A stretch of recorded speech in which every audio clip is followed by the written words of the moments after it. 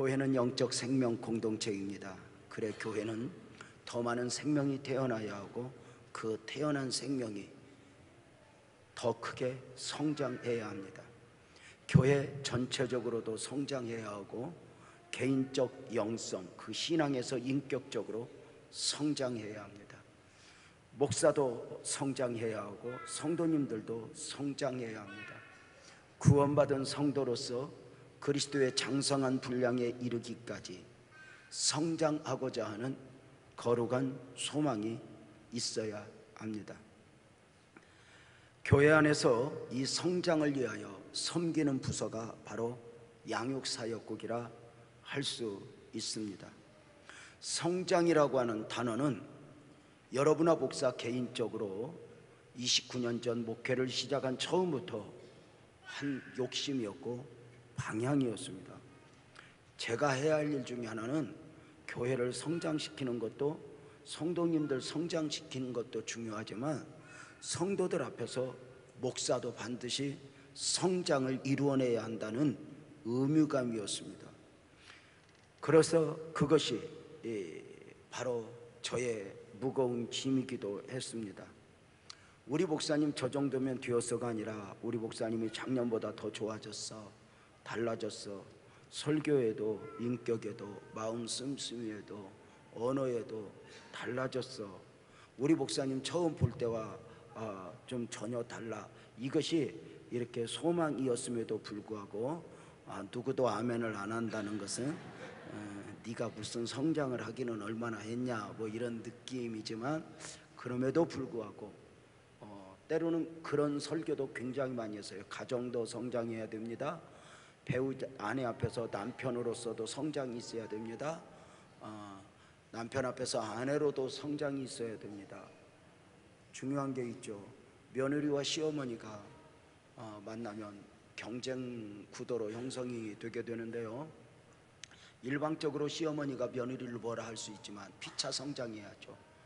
며느리도 시집와서 며느리 처음 해보는 것이고 시어머니도 또 며느리 앞에서 시어머니 처음 해보는 것이니 성장해야 하는 것이죠.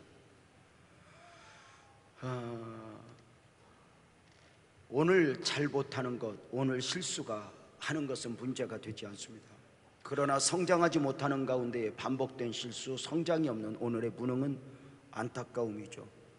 목사로서 어느 날 성장이 멈춘 가운데 성도들에게 염려의 대상이 된다면 그거야말로 어쩌면 커다란 고목나무처럼 안타까움이 아닐까 싶습니다.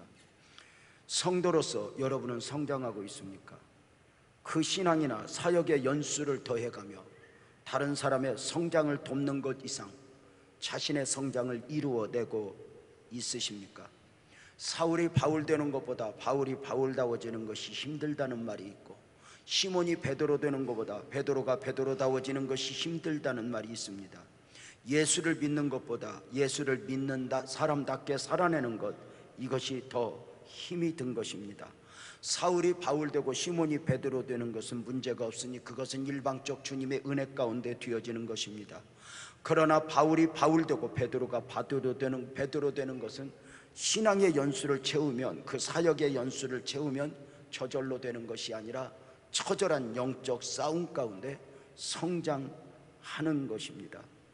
목사가 되는 것, 장로가 되는 것, 권사가 되는 것, 그것보다 더 힘든 건 목사가 목사다운 목사, 장로가 장로다운 장로, 권사가 권사다운 권사가 되는 것입니다. 저절로 되지 않습니다. 어느 한 사람이 저절로 성장할까? 어느 한 교회가 저절로 성장할까? 아브라함이 아브라함 될 수 있었던 이유는 시간이 흘러 25년이라는 연수를 채워 저절로 되었을까? 아니요. 다윗이 다윗 되기까지, 모세가 모세 되기까지, 바울이 바울 되기까지 얼마나 많은 과정을 거쳐야 했는가. 개인적으로 저는 이런 설교 제목을 굉장히 좋아하는 바인데요, 아브라함이 아브라함 되고 아브라함이 아브라함 되는 것 저절로 되지 않았습니다. 수많은 고비, 수많은 과정을 넘기면서 아브라함이 아브라함 되었습니다. 아브라함을 갈대아 우르에서 불러내신 이유는 아브라함이 원하는 것을 주시기 위함이 아니었습니다. 하나님이 섭리하신 바, 하나님이 그 뜻을 이루기 위하여 아브라함을 갈대아 우르에 불러내셨으니 그 삶에 당신의 섭리를 담으신 것입니다. 그래서 하나님께서는 아브라함의 성장 과정 속에서 아브라함을 통하여 당신의 섭리를 이루어 가시는 것입니다. 문제는 보이지 않는 사탄입니다. 아브라함의 삶에 담겨진 하나님의 섭리가 이루어지기까지 사탄 또한, 마귀 또한 쉬지 않고 역사하는 것입니다. 포기하라고, 그만두라고, 이제 됐다고, 너 저런 소리 듣고 계속 갈 것이냐고, 가능성이 보이지 않지 않냐고, 수없이 실망, 좌절. 하나님이 우리를 세워가시려고 하는 만큼 언제나 상대적으로 마귀는 상대적으로 무너뜨리는 것이 마귀의 삶입니다. 교회도 똑같습니다. 주님이 세워가고 목사가 세워가고 장로님들이 세워가려고 하는 것 이상으로 마귀는 수단과 방법을 가리지 않고 이렇게 넘어뜨리는 과정입니다. 오래간만에 우리 안 집사님 간증에서 또 들었던 말 중에 하나가 말로 말하지 말고 말씀으로 말하자는 것이네요. 우리가 말로 하면 얼마나 할 말이 많아요. 그러나 내 속에 있는 말이 아니라 말씀으로 표현하는 것, 말이 아니라 말씀으로 해야 그 말씀이 나를 살리고 너를 살리고 그러지, 말로 하면 그 말이 나를 실망시키고 너를 실망시키는 계계가 되는 것이니 말입니다. 저절로 되지 않습니다. 아브라함에게 어떤 고비가 있었습니까? 첫 번째가 말씀신앙의 고비입니다. 처음 고비는 하란을 떠나면서 있어진 사건인데요, 하란의 유혹 앞에 머물러 버린 아버지의 시험을 이겨내면서 또 다른 시험을 만납니다. 한 번 시험을 이겼다고 해서 마귀가 아브라함을 포기하는 게 아닙니다. 하란을 떠난 아브라함은 하나님의 말씀의 인도 따라 점점 남방으로 옮겨가고 있었으니 창세기 12장 9절에 간단하게 점점 남방으로 옮겨갔더라. 점점이라고 하는 단어가 주는 의미가 무엇입니까? 아브라함이 하나님의 말씀의 인도 따라 한 걸음 한 걸음 그 목적지를 가고 있는데, 알고 간 게 아니라 계산하고 간 게 아니라 오직 믿음으로 한 걸음 한 걸음 가야 했었습니다. 목적지는 모르지만 이렇게 한 걸음 한 걸음 가야 했던, 또 갈 수밖에 없었던 그 원리가 무엇입니까? 히브리서 11장 8절에서는 믿음으로 아브라함은 부르심을 받았을 때에 순종하여 장래의 유업으로 받을 땅에 나갈새 갈 바를 알지 못하고, 이렇게 말합니다. 갈 바를 모르는 것입니다. 바랄 수 없는 중에 아무것도 기대할 바가 없습니다. 갈 바를 몰랐지만 가나안 순례길에 올릴 수 있는 원리는 창세기 12장 4절에 아브라함이 여호와의 말씀을 따라갔고, 이렇게 말합니다. 아브라함이 이렇게 말씀을 따라 한 걸음 한 걸음 가는 과정 가운데 애굽이라는 도시에 잠깐 머무르게 되었습니다. 애굽으로 들어가기 전에 아브라함에게 염려가 생겼습니다. 창세기 12장 11절, 12절, 13절에 보면 그가 애굽에 가까이 이르렀을 때, 이게 창세기 12장이 아닌데 이게 잘못 나왔네요. 이랬을 때 그의 안에 말씀은 맞는데 구절은 틀린 거예요. 애굽에 가까이 이랬을 때 그 안에 사례에게 말하되 내가 알기에 그대는 아름다운 여인이라. 하여튼 진운의 안경이죠. 이 늙은 할매가 뭐가 아름다웠는지. 애굽 사람이 그대를 볼 때에 이르기를 이는 그의 아내라 하여 나는 죽이고 그대는 살리니, 애굽에 들어가면서 나 죽이고 너가 이뻐서 이렇게 데려가 살게니 원하건대 우리 여기 있는 동안 그대는 나의 누이라 하고, 그러면 내가 그대로 말미암아 안전하고 내 목숨이 그대로 보존되리라 하니라. 우선 살고 보자는 거야. 내가 당신을 누이로 소개할 테니 혹시 그 사람들이, 애굽 사람들이 또 왕이 당신이 너무 마음에 들어 가자 하면 가서 살고 나한테는 쌀감 하나 좀 보내주면 이렇게 살지 않겠냐고. 이런 남편을 나의 주여 이렇게 하고 사는 아내들이 참 부럽기도 하고 감사하기도 하고, 참 대단하죠. 근데 아브라함의 말대로 과연 누이라 말하는 사례를 취하면서 저들은 아브라함이 원하는 대로 다 돼요. 계산대로 생각대로 움직이면 12장 16절에 이에 바로가 그로 말미암아 아브라함을 후대함으로 아브라함이 양과 소와 나비와 염소 나귀와 낙타를 얻었더라. 아브라함이 아내 주고 많은 전리품을 취한 거예요. 우리 김여신 데려가고 누가 뭐 좀 줄 사람이 있습니까? 아직은 쓸만합니다. 유통기한이 완전히 지난 바는 아니고 조금은 더 쓸모가 있는데 어떻게 생각 없으십니까? 바로 그랬다는 것입니다. 내가 우리 아내에게 가끔 그럽니다. 내가 아브라함보다는 나은 남편이니까 나한테 너무 많은 걸 기대하지 말라고. 아마도 하나님이 지켜주지 않았다면 사례는 애굽 사람들의 성적 놀이개가 되어 있었을 것입니다. 분명한 것은 하나님의 섭리에는 아브라함뿐만이 아니라 아내 사라도 함께 포함되어 있었다는 것입니다. 나만이 마치 하나님의 섭리 안에 있는 것처럼 누구는 망가져도 되고 이것이 아니라는 것입니다. 그래서 진짜 하나님의 사람들은 내가 가볍게 여기는 사람들을 귀하게 여길 수밖에 없이 되는 것 아니겠습니까? 이 일로 말미암아 하나님은 애굽 왕 바로에게 재앙을 내렸고 놀란 바로는 사례를 돌려보내니 19절입니다. 내가 어찌 이를 누이라 내가 그를 데려다가 아내를 삼게 내 아내가 여기 있으니 데려가라. 얼른 이렇게 보내게 됩니다.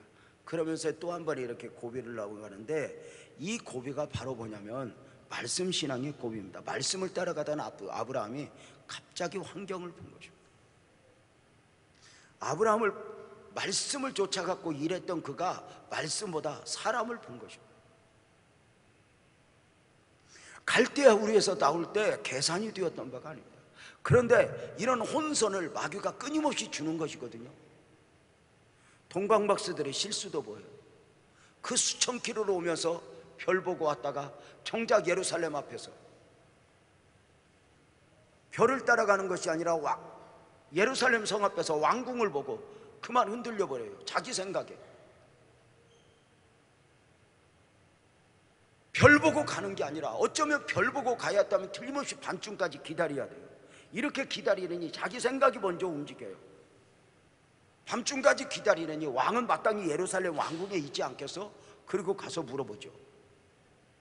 유대인의 왕으로 나신 이가 어디 계시니? 이 질문 앞에 아기 예수는 죽을 뻔했죠. 하나님의 위대한 역사는 깨질 뻔했죠. 때로는 기다려야 되는데, 보이지 않으면 기다려야 되는데 어느 순간 말씀으로 가던 사람들이 자기 생각으로 움직여요. 자기 계산으로 움직여요. 자기 상식으로 움직여요. 바다 위를 걷던 베드로의 실수도 마찬가지죠. 기도하러 가신 예수님을 뒤로하고 서둘러 배를 타고 가다 제자들은 풍랑을 만나요.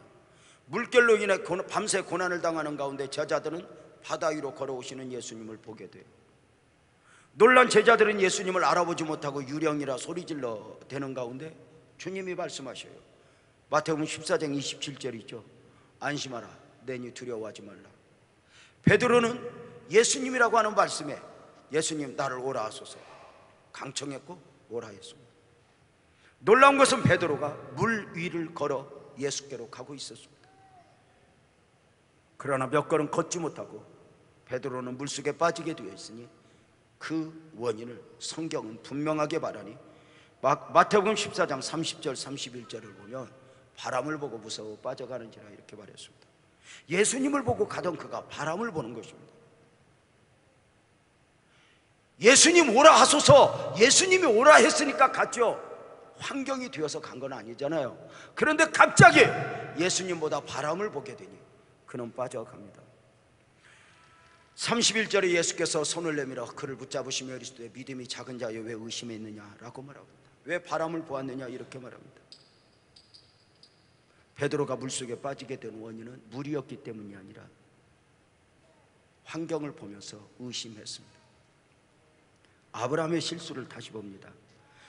말씀을 따라서 하란의 시험을 이겨낸 아브라함이 말씀이라고 하는 말씀을 놓아버리고 애굽이라는 환경의 요구에 반응을 보인 것입니다.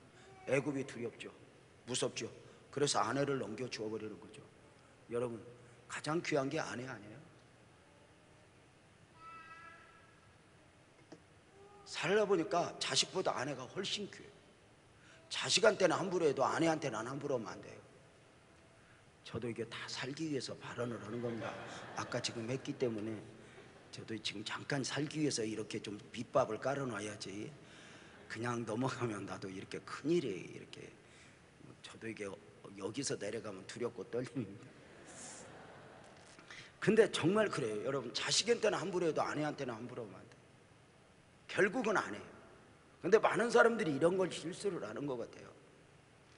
아내는 귀한 거거든요. 근데 애굽이 무서워서 그 아내를 넘겨요. 가장 소중한. 이게 웃기는 거예요. 말씀을 조차 여기 왔는데 세상을 보면요, 세상이 무서운 거예요. 어떻게 살지? 병들면 어떻게 하지? 우리 애들은 어떻게 크지? 이런 두려움이 딱 오면 내 안에 믿음 다 팔아먹어요. 믿음 놓아버려요. 가장 믿음이어야 될 그 부분을 놓을 수밖에 없어요. 한 걸음도 못 해요. 세상은 죽는 날까지 우리를 두렵게 해요. 뭘로? 말씀. 믿음은 보이지 않는 것으로 해요. 말씀으로. 그런데 세상은 얼마나 보이는 계산으로, 증거로, 논리로 우리를 두렵게 해요. 그래서 말씀 신앙에서 이탈되게 해요. 말씀만 의지하던 그가 어느 날 놓아버리게 만들어요. 그래요. 여러분, 세상이 얼마나 우리를 두렵게 해요. 얼마나 여기에서 생각이 춤을 춰요. 그냥 계산으로, 생각으로. 너 바보냐? 너 눈 감고 사냐? 너 계산도 못하냐? 너 이게 믿음인 줄 알아? 두렵게 하는 게 얼마나 세상이야. 아브라함이 시험에 빠지게 된 이유가 바로 그 두려움이죠. 순간 두려움. 하나님의 뜻을 놓을 수 없으니 행여 아내는 가도 나는 지켜야 될 것 아닌가. 스스로 무너지는 거죠. 무서운 게 뭔 줄 알아요? 한 번 왔던 시험은 반복이 된다는 거예요. 아내를 한 번 넘기는 시험에 빠졌던 아브라함이 창세기 20장에서 한 번 더 같은 시험을 만나는데 그랄 지역을 통과하는 중에 사라를 또 누이라 하며 아비멜렉에게 데려다 줘요. 여러분, 하나님이 또 한 번 지켜주지 않았다면 아브라함을 통한 섭리는 무너졌을 거예요. 여러분, 참 사람이요, 한 번 시험이 와서 이겼다고 안 오는 게 아니에요. 귀신이 한 바퀴 돌다가 다시 와봐요. 그래서 시험이 주기적으로 와요. 여러분, 교회 때문에 서운했던 사람은 그걸 극복하면 영원히 시험이 없냐? 또 와요. 또 와요. 또 와요. 목사에게 서운했던 사람은 또 와요. 또 와요. 오늘은 목사가 좋아 보이는데 어느 날 목사가 싸가진 것 같아요.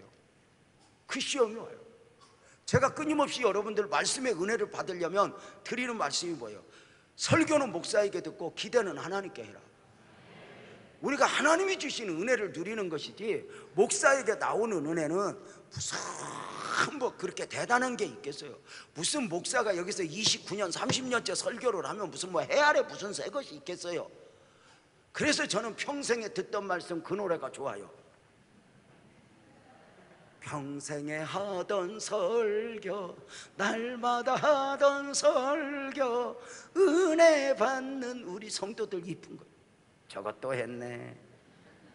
그래서 나는 우리 집에서 우리 아내가 반찬 어제 거 또 주고 그제 거 또 줘도 나는 말이 없어. 우리 아내는 솜씨가 좋아요. 냉장고에서 꺼내서 수저로 이렇게 저어갖고 행주로 싹 닦으면 새 것이 돼요. 언제 거냐? 물을 권리는 없어요. 주는 대로 먹을 권리만 있어요. 솜씨가 좋아요. 그릇만 바꿔서 새 것으로 줘요. 조용규 목사님이 그러시더라고요. 목사님의 설교의 능력은 어디에 있습니까? 그랬더니 씩 웃으면서 내가 이렇게 바쁜데 언제 설교 준비할 시간이 있겠냐고 하면서 자기는 얼굴에 철판을 깔고 하는 바가 있대요. 100번을 해도 늘 처음 한 것처럼 한대요. 그러면 성도들이 또 처음 듣는 것처럼 은혜를 받는데요. 그게 교회라는 거야. 아이고 주여. 근데 그 시험이 다시 와요. 시험이 다시 와요. 그러니까 아내를 넘기는 시험이 한 번으로 끝나는 게 아니라 또 와요. 더 무서운 게 뭔 줄 알아요? 자식에게 그 시험이 또 와요. 그래서 창세기 26장 6절에 보면은 이삭이 그랄에 거하였더니, 이삭이에요, 그곳 사람들이 그의 아내에 대하여 물으며 그가 말하기를 그는 내 누이라. 똑같잖아. 아버지 하던 짓하고 똑같지 않아? 누이예요. 르비가는 보기 알았다므로 그곳 백성이 리브가로 말미암아 자기를 죽일까요? 아버지가 하던 짓 똑같이 하잖아. 그는 내 아내라 하기에 두려워했더라. 이렇게 봐. 이게요, 시험은 반복되기도 하지만 그 안 좋은 것일수록 내 자식에게 재현되는 것이죠. 그래서 부분적으로 복음적으로는 보면 문제가 있지만 가계에 흐르는 저주를 끊으라고 하는 책이 한때 이 나라를 흔들었던 이유예요. 부모 세대 아픔이 자식에게 재현된다? 이것을 끊으려면 어떻게 해야 되냐? 그리고 이걸 세상적으로 접근하는 방법이 사람들에게 논리적으로 접근하다 그만 함정에 빠져버렸죠. 그래서 내게 왔던 시험은 처절한 영적 싸움이에요. 사람이 변하는 게 아니에요. 은혜로 이걸 다스리는 거지. 내 육적 사람, 영적 사람이 오면 영적 사람이 이 육적 사람을 끊임없이 다스리는 거예요. 교회 왔다고 말씀을 들었다고 변해요? 아니요. 교회 밖에서 바람기 있던 사람이 예배당 오면 바람기가 싹 없어지고 거룩한 영으로 여자 보기를 돌같이 보는 줄 알아요? 장소만 바뀌어서요 이렇게 여기 와서 바람 필 대상을 찾아요. 왜 싸해지는 거예요 여기. 그걸 얼마나 이걸 다스려야 되는 줄 알아요?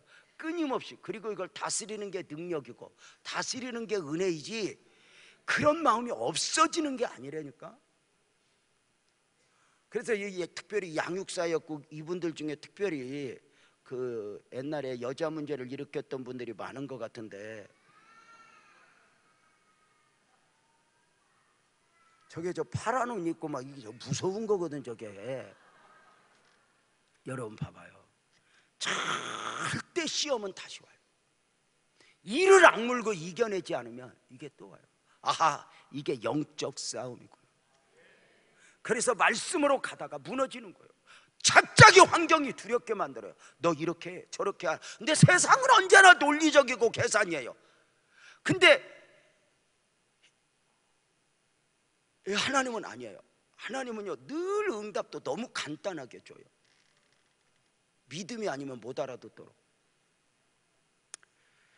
말씀 신앙의 고비. 아브라함에게 왔던 두 번째는 영적 침체 가운데 오는 고비니까 진짜 무서운 거죠. 아브라함이 갈대아 우르를 떠날 때는 아브라함이 원하는 것 때문이 아니라고 그랬어요. 아브라함아 가라. 아브라함은 한 시험 한 시험 이겨내며 보여줄 땅 미지의 세계를 가고 있어요. 그러는 순간 창세기 15장에 어느 순간 아브라함이 지쳐버린 거예요. 믿음도 사명도 소망도 이제 놓아버리고 싶은 거예요. 어느 순간까지는 왔는데 자기 자신 안에서 침체가 온 거예요. 우리로 말하면 사명이고 지랄이고 믿음이고 지랄이고 그냥 놓아버리고 싶은 거예요. 이렇게 영적 싸움을 싸우던 사람들이 이렇게 놓아버리는 경우들이 많아요. 아브라함이 영적 침체에 빠졌던 것은 가장 최악이 아니에요. 창세기 14장에서 멜기세덱을 만나고 구원의 은혜를 입고서 15장에서 시험에 빠져요. 그러니까 오히려 은혜를 입고 난 뒤에 이렇게 골짜기가 그렇게 깊은 것 같아요. 은혜를 받으면 더 큰 마귀가 오는 것이지 마귀가 떠나는 게 아니잖아요.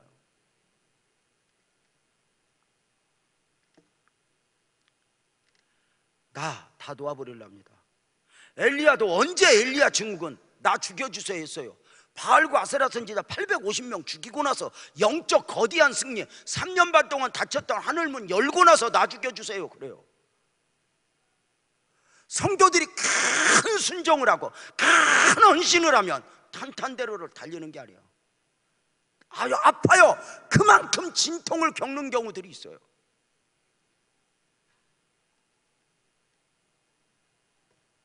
이렇게 지친 아브라함에게 하나님이 늘 그러셨던 대로 찾아오시니 창세기 15장 1절에 아브라함아 두려워하지 말라. 나는 내 병배에 너는 큰 상급이라.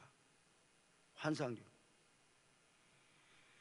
하나님은요 그렇게 지친 아브라함에게 아브라함아 이렇게 하자 이렇게 할게 이게 아니에요. 아주 간단해요. 두려워하지 마라. 그 말만 해요. 그러니까 믿음이 아니면 안 되는 거야. 그 회복도 결국은 회복도 믿음이지 논리가 아닌가요? 논리가. 두려워 말라. 그러면 평소 같으면 아브라함이 아멘 아멘입니다. 하나님 내가 두려워하지 않아도 누가 딴 사람한테 통해서 한 것도 아니고 직접 한 건데 아멘이 옳시다 이래야 되는데 지쳐있는 아브라함한테는 말씀이 은혜가 이제 소용없어. 3절에 뭐라고 말했냐면 아브라함이 또 주께서 이르되 주께서 내게 씨를 안 주셨으니 내 집에서 길린 자가 내 상속자가 되고 하나님 그냥 이제 너무 애쓸 거 없어요. 나도 여기서 그만둘래니까 너무 뭐 바다의 모래같이 하늘의 별처럼 주겠다 그런 말 좀 하지 마세요. 그냥 나 우리 집에 있는 종으로 내가 그냥 이렇게 후손 이어갈 테니까 그냥 그렇게 하세요. 너무 애쓰지 마세요. 하나님 그렇게 하고 언젠가부터 주셨던 말씀을 은혜로 받는 게 아니라 자기 생각을 말하기 시작해요. 성도는요 은혜를 받는 거예요. 그러지 내 생각을 말하면 반드시 이게 부메랑이 돼요. 이게 묘한 신앙의 원리예요. 자꾸 이제는 나가면 아이고 나 후손이고 지랄이고 이제 뭐 이렇게 하랍니다. 이렇게 영적 침체에 빠지게 되면 어느 날 아브라함이 하나님의 음성을 들어도 은혜가 안 되는 것처럼 여러분 영적 침체에 딱 빠지면 목사님이 설교 못해서 은혜가 안 되는 게 아니에요. 예수님이 와도 은혜가 안 돼요. 이게 무서운 거예요. 그러니까 요즘에 좀 은혜가 안 된다 그러면 목사님이 못 오는 게 아니에요. 목사님이 지난주보다 엄청 잘하는 거예요. 이거 작년보다 잘하고 마이크 그렇게 일부러 아멘을 하면은 우리끼리 짠 거 같아. 좀 그렇잖아. 근데 진짜요. 근데 바로 여러분 내가 침체에 빠지면 그게 그 영적인 진통을 겪으면서 그게 다져지는 기간 같아요. 그 기간을 잘 이겨내야 돼요. 근데 그 영적 침체 땅 쪽에서 침체 상태 속에서 어떤 결정을 내리게 되면 그 시험이 또 반복돼요. 참 무섭죠. 아브라함은 지금 자족의 시험에 빠져 있어요. 하나님 됐어요. 나 이 정도면 됐어요. 아이고 내가 무슨 더 큰 소망이 있습니까? 나 이러다 그냥 죽어도 소원이 없습니다. 그건 믿음이 아니에요. 자족은 기대 속의 자족이지 포기 속의 자족은 아니에요.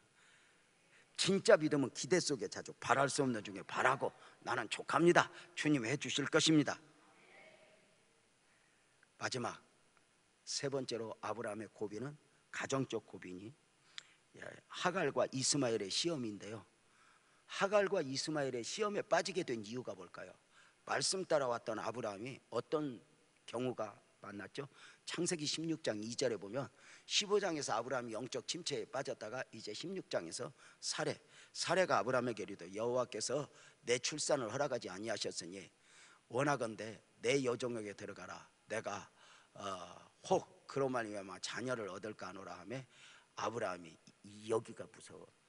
사레의 말을 들으니라. 이게 이제 무서워. 이걸 우리식으로 고치면 김여신의 말을 들으니라. 이게 굉장히 무서운 거예요.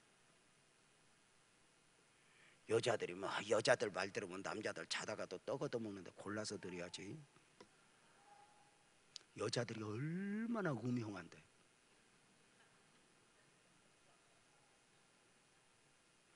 여자들은요 무서워요.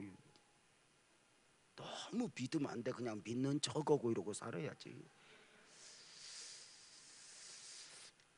미안합니다. 제가 여기서 사례의 말을 들은 걸 문제 삼지 않습니다. 어느 날 시험은 가까운 데서 온다는 것입니다. 아브라함의 동역자로 아브라함과 함께 가나안 순례길에 갔던 그가 이제는 사례를 통해서 시험이 옵니다. 아담 하와를 통해서 왔습니다. 함께 어우러져 깨어 있어야 하는 이유입니다. 함께 일어나야 하는 이유입니다. 종종 질문하죠. 왜 마귀는 아담한테 안 가고 하와한테 갔을까? 아담이 안 될 걸 더 잘 알았으니까. 시험은 가까운 데서 넘어뜨리는 겁니다. 하나님의 사람들이 명심해야 할 것은 이겨내는 것입니다. 고비를 넘기는 것입니다. 이것이 아브라함 되기까지입니다. 고비를, 시험을. 우리 선교사님 8년, 우리 김종명 선교사님 지금 몇 년 되었다고 그랬지? 성도들 듣게 한 번만 해줘봐요. 11년째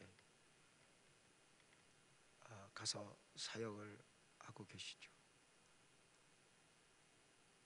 감동이죠.